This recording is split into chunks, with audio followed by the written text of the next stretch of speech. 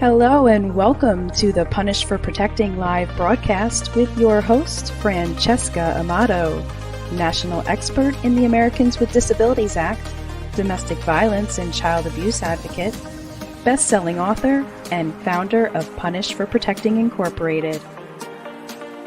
We welcome all of our viewers listening on Facebook via Punish for Protecting News and the CPS News Network. If you're watching on YouTube at Punish No More and Free to Protect, be sure to like, subscribe, and hit that bell icon. Now, without further ado, here is your host, Francesca Amato.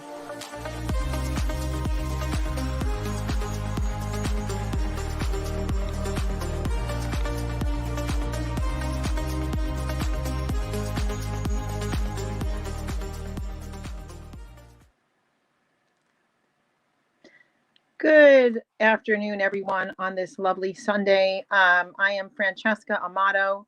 Apparently, we were having some technical difficulties today, and it appears that CPS News Network potentially is in Facebook jail. I'm not quite sure. I was not aware, but it would not stream off of CPS News Network.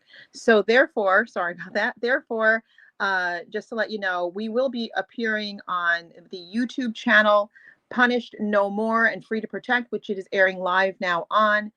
We are appearing on Punished for Protecting News channel on Facebook. If you haven't joined that group, please do as soon as possible so you don't miss these live broadcasts as they come in. And also, since it's not appearing on the CPS News Network, it is now appearing on my Facebook page, regular Facebook page, Francesca Amato. So go ahead and watch it from any of those three, and hopefully we will be up and running on the CPS News Network. And we thank our dear friends there at CPS News Network for allowing Punish for Protecting to air on their network. Today I have a story. I have actually two separate families that are going to be telling their stories. And I have a very special guest. Her name is Ivy, and she's 19. And I had seen a poem come across my newsfeed, and I realized that this 19-year-old did this amazing poem. But before I actually put this up on the screen, I'm going to bring my first guests out, which is Jean and Ivy Moore. And they'll be appearing. Here we go. Hello there. Sure. Good afternoon. Good afternoon. So, okay, now they both look like sisters, but the checkered is Mom and the stripes is Ivy. So we just want to welcome you guys today. And Mom, would you mind going first and just go ahead and laying a foundation regarding this entire situation that has occurred? Absolutely. So my ex-husband and I divorced in 2008 due to pornography, addictions, relationships with other women, multiple relationships with other women, financial abuse, psychological abuse, emotional abuse, and physical abuse. And when the anger issues got out of control and headed towards the children, is when I left. And since then, he has sued me 3 times for custody and multiple times for many other frivolous things. In 2019, when the kids were 14 and 17, Ivy had graduated high school early and was about to start college. He put in an emergency order for a hearing. We hadn't lived in South Carolina since 2008. So we were in Florida, and he put in the emergency hearing for South Carolina. And it was all the same claims he had made in the 2 previous custody suits, which were found false by thorough investigation. This time, the guardian ad litem assigned did an initial phone conversation with me that finished the day before the next hearing. Never met with me outside of that or spoke with me outside of that. She met with dad alone at her office. She met with dad at his house with his new wife and with the kids together. She met again with his wife and him separately. And she also met with the kids every time they were visiting him or about to go into his to visit him the next day. The kids during their interviews with her tried to tell her about their concerns with dad. They tried to tell her about the therapists and hospitals that reported him to CPS for abuse. I tried to tell her about the previous custody cases where the abuse was substantiated, and where he had not complied with doctor's orders and was ordered to do counseling with the children and didn't do that either. And she didn't want to hear any of that. And she didn't report to the court. She went against 2 therapists' advice and told the court that the kids were in danger with me because there was enmeshment. I mean, there wasn't really any valid claims. She said, my son is on the autism spectrum and I was homeschooling him. And she said that he wasn't doing well in his classes and that the tutor that we had for him wouldn't be enough for him to catch up. But she didn't talk to the homeschooling co-op or the tutor. She didn't follow up with any of my witnesses, but she talked to dad's witnesses. So within 30 days, I went from being a stay-at-home mom for 18 years to not having access to my children. And at 17 and 14, they didn't want to go. Like that, they said I was their safe place. They voiced I was their safe place. The therapists, the doctors, everybody, but she ignored everybody. And her report to the court had nothing positive about me and nothing negative about dad in it. And so it was immediate and the kids were taken. Soon after that, there was another hearing because I had visitation at that time. And soon after that, there was another hearing where the guardian ad litem gave another report, and I had asked her for what she was going to be presenting in court, and she denied that, but she did give it to opposing counsel. And she submitted a report saying what my beliefs about the situation were, how I thought there was a conspiracy with the police.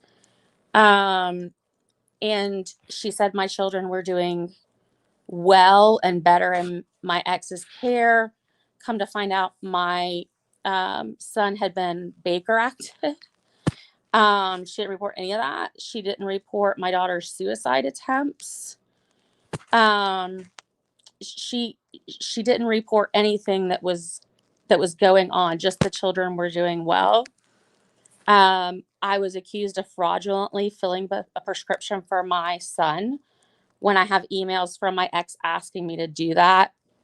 And I had joint custody still, so with him being primary, so there wasn't anything fraudulent about taking him and getting his prescription refilled when he's out, especially when dad said he couldn't find a provider to do that for him, and asked me to.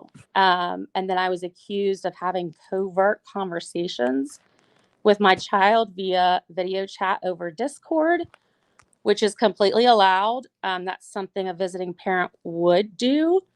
Their child's on video games all the time. So yes, I'm going to get on there and play video games with him and chat with him.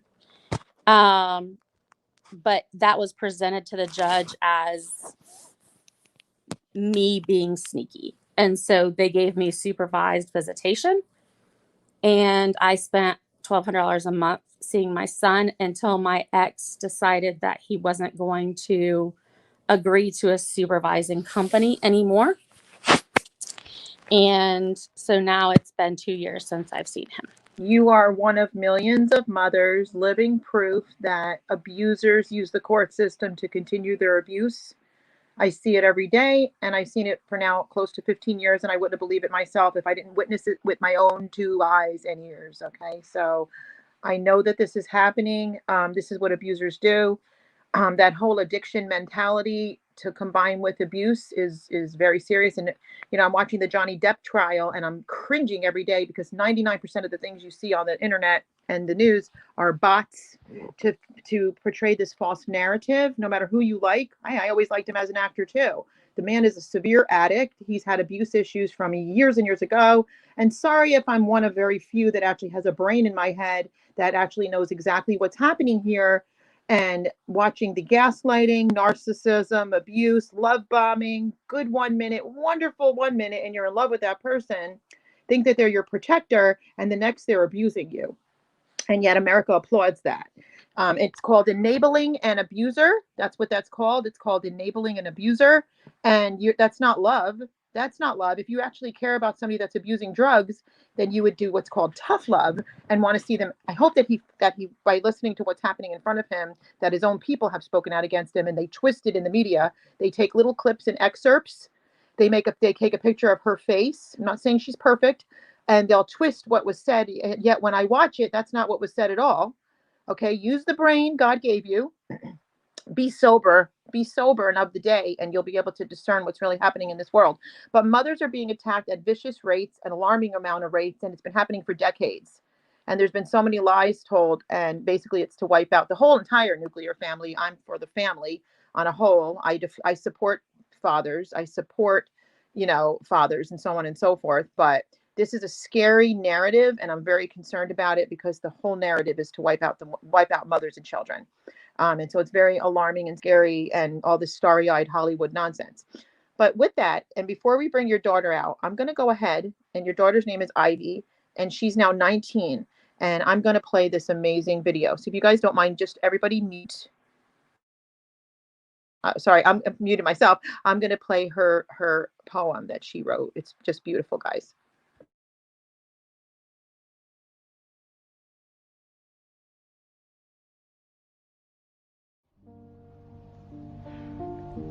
Love.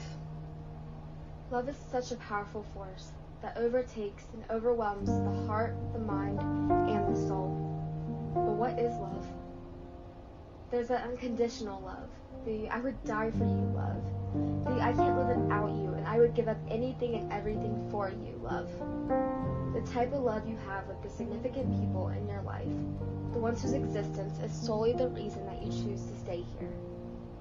But then you have that tough love, that hard love. What is hard love? It's rigid, it's firm, it's you did this and have to learn. The kind of conversations where in the moment your blood boils, your skin crawls, yet at the end of the day, when your head hits that pillow, you're thankful. These are the people who want the best for me. They want me to become the smartest and strongest version of myself. And that's only one reality. The other one? I shove it deep down in the back of my mind. There's a pit in my stomach, and I wouldn't dare close my eyes, because the second I do, it all comes back alive.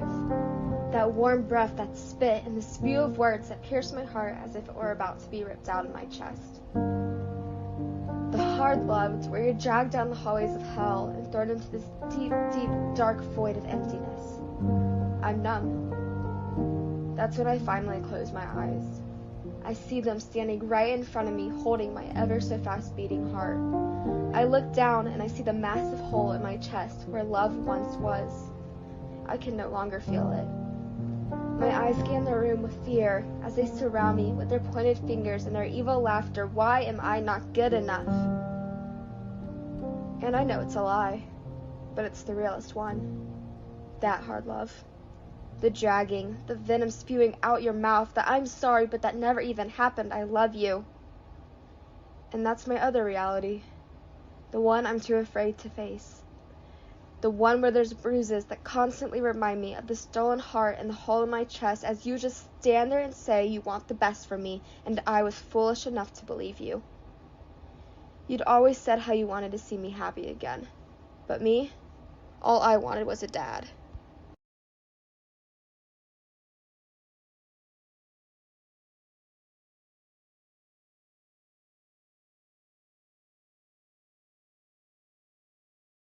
I guess it started to play twice. I'm sorry.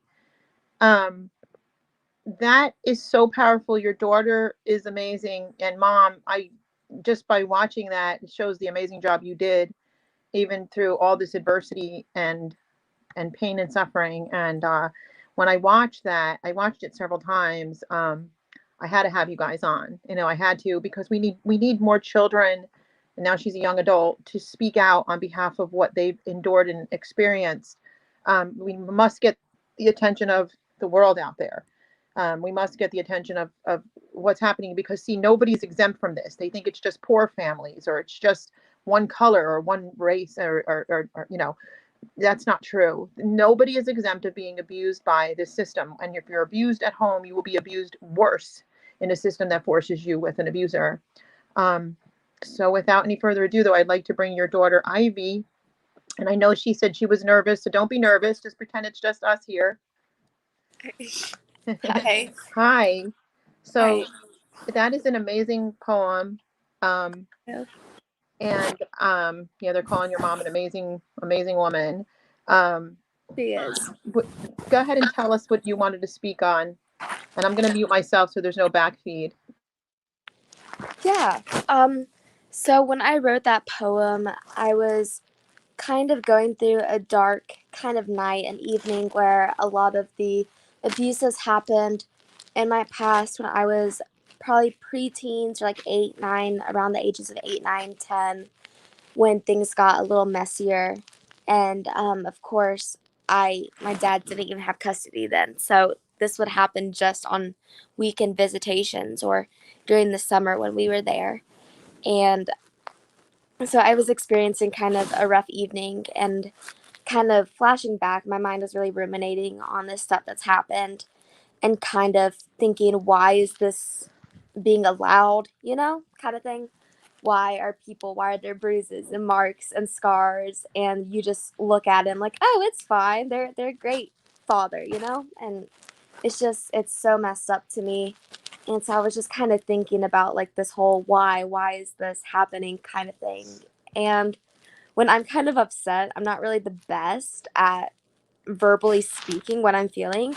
And so I'll turn to forms of art, whether it be drawing, sketching, poetry, just writing. And basically that was just a lot of word vomit. I was just having a moment and thinking about all the stuff that's happened and that's continuing to happen to my brother, who is stuck there. And so I just kind of just word vomited my mind out on that piece of paper. And I mean, it did turn into something beautiful. And it's so hard though. Like, it's so ugly, but it's so beautiful. And I mean, I guess that's just kind of how it's been. I mean, every day I feel awful because once the custody was turned over to my father, which should have never happened, but once it was, and my mom was no longer there with us, she was our protector. I felt like I had to step up and protect my brother from what was going on. And I just felt powerless and weak, and I can't take care of him. And this abuse that would continue to happen, it was always when I was either out walking or away from the house. And it just popped these whole questions in my head, like, who do I believe? The person who's constantly abused me through my life, or my poor brother who called the cops, and I walk home and the police are there measuring my dad's hand on the big red mark on my brother's arm and it not lining up. It's just awful stuff that should never even happen.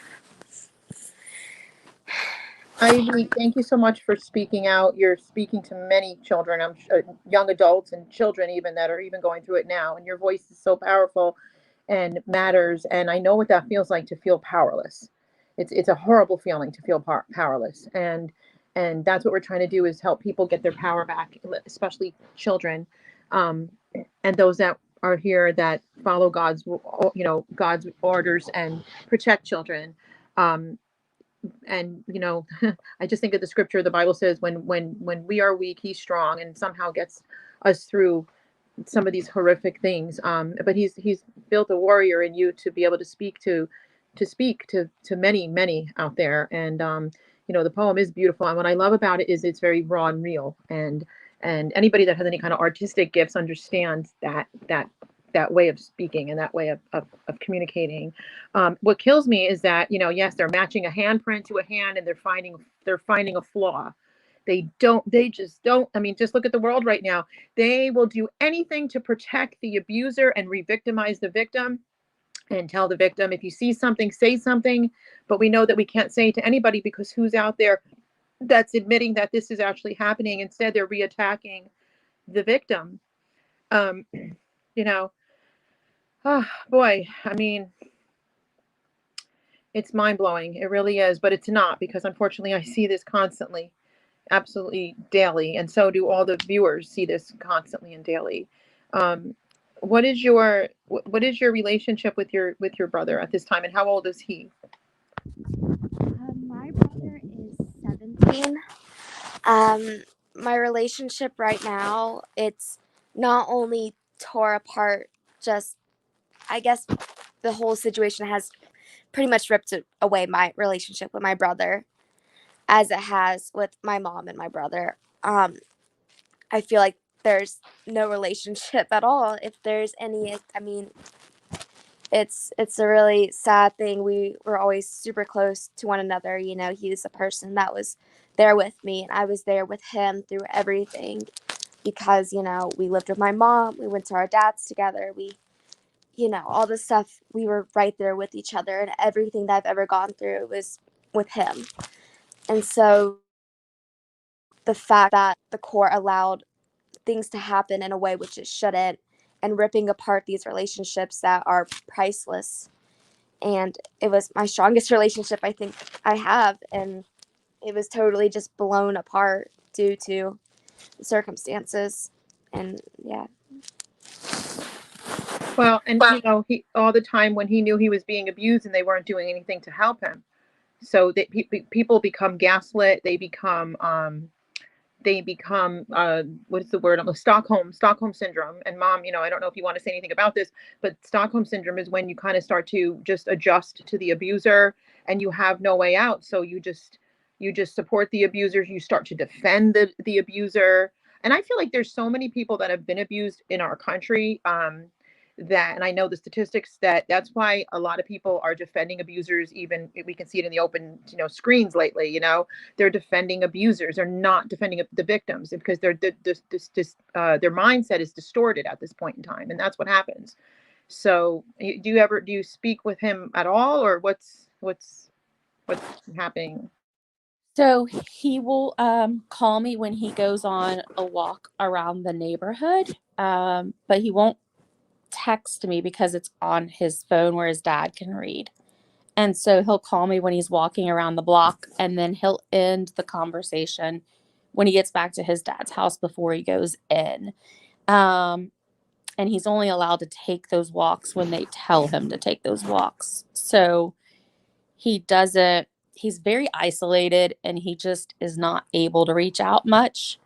But also when like something happens with Ivy, like if her dad isn't able to get in contact with her or doesn't get the response he wants from her, then he will involve Nathan and turn it around into me keeping Ivy from him and being a gatekeeper, which, I mean, we know in narcissists, an accusation is a admission of truth. And so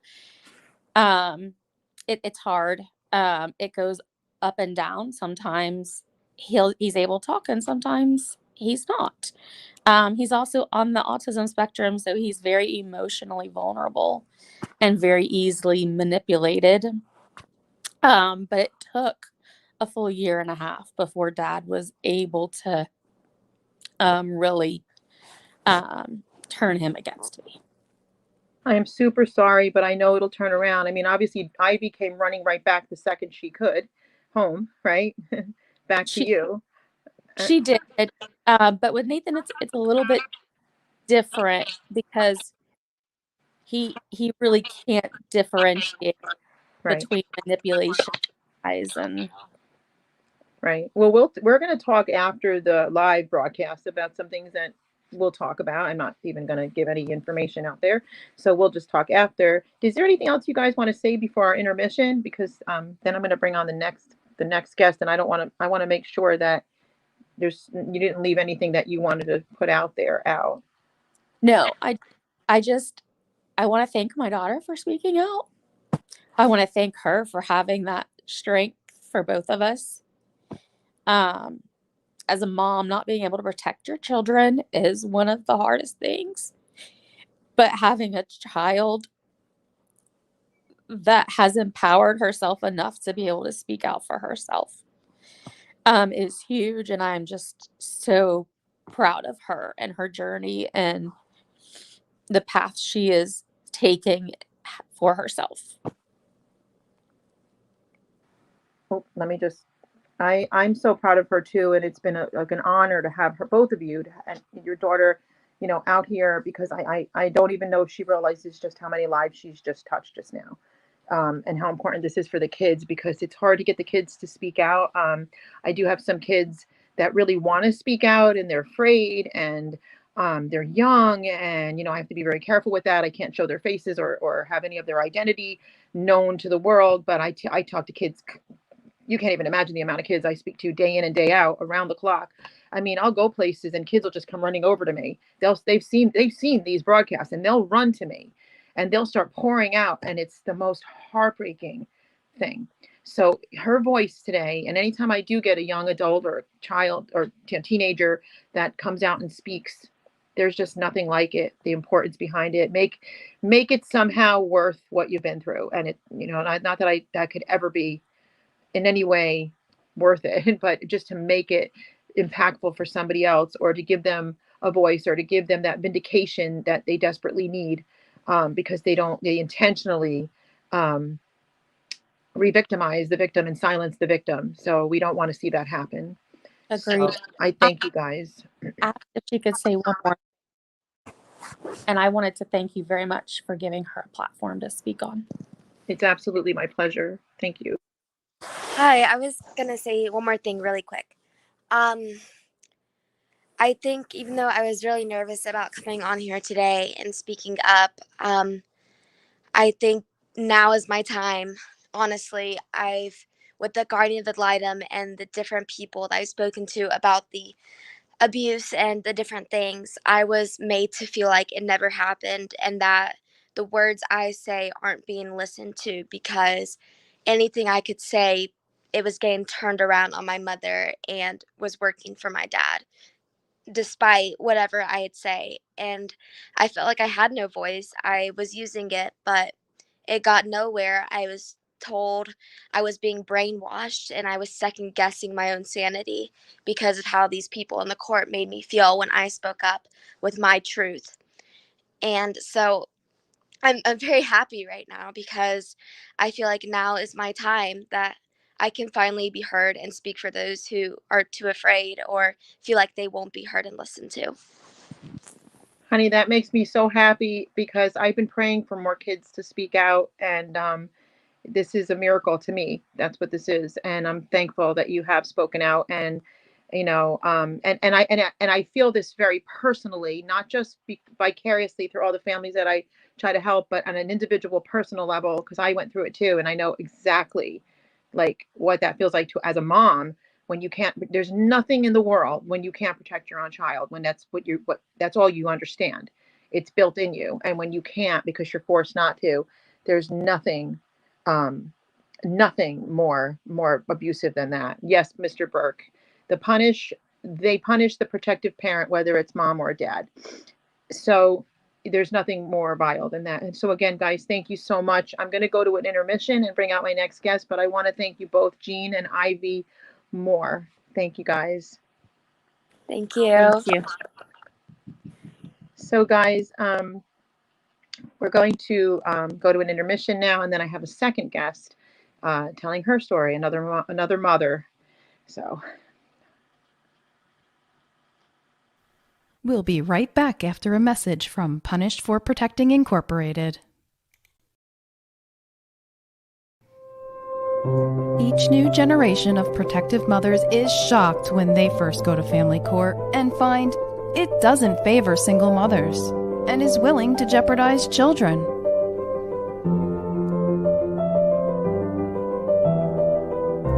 Francesca's harrowing experience with the broken family court system, from which she finally received justice after 8 months of struggle, is proof that there is light at the end of the tunnel. Francesca has one of these unspeakably cruel cases and has responded by shining a large spotlight on widespread failures so other mothers won't be shocked. Punished for Protecting the Injustice System of Family Court by Francesca Amato Banfield, advocate, mother, whistleblower, founder, and TV talk show host of Punished for Protecting. If you are struggling with injustices wrought by our courts, this book will help guide you through the process. Available on Amazon.com. Search Punished for Protecting and get your copy today. Help abolish family court by purchasing Punished for Protecting merchandise. Here are our top sellers. See the link in the YouTube video description to find out how to get your Punished for Protecting t-shirt.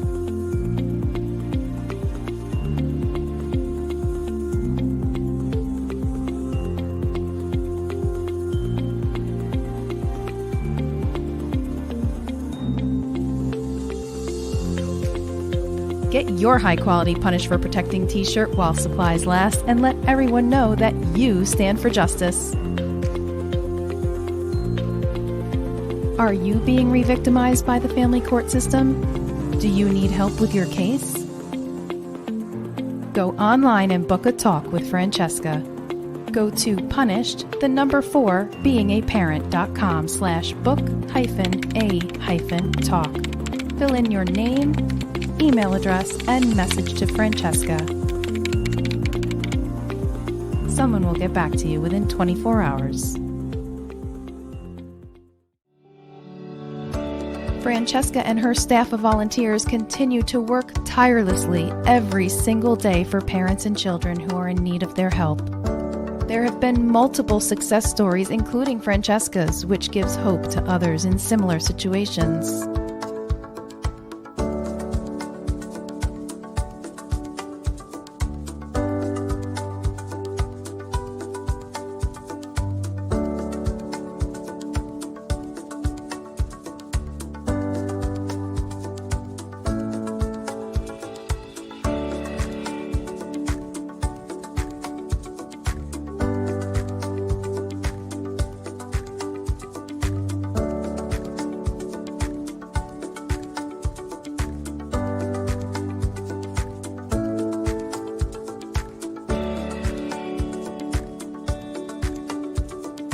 Punished for Protecting Incorporated has incurred out-of-pocket expenses with zero funding to help families get their children back or to save their children from being taken.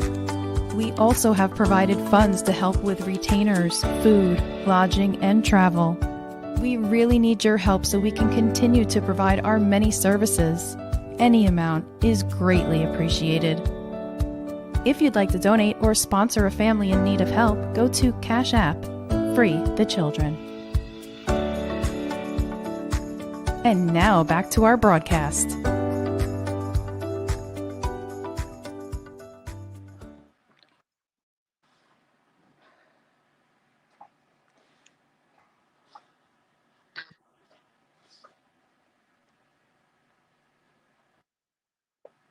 Oh, I don't.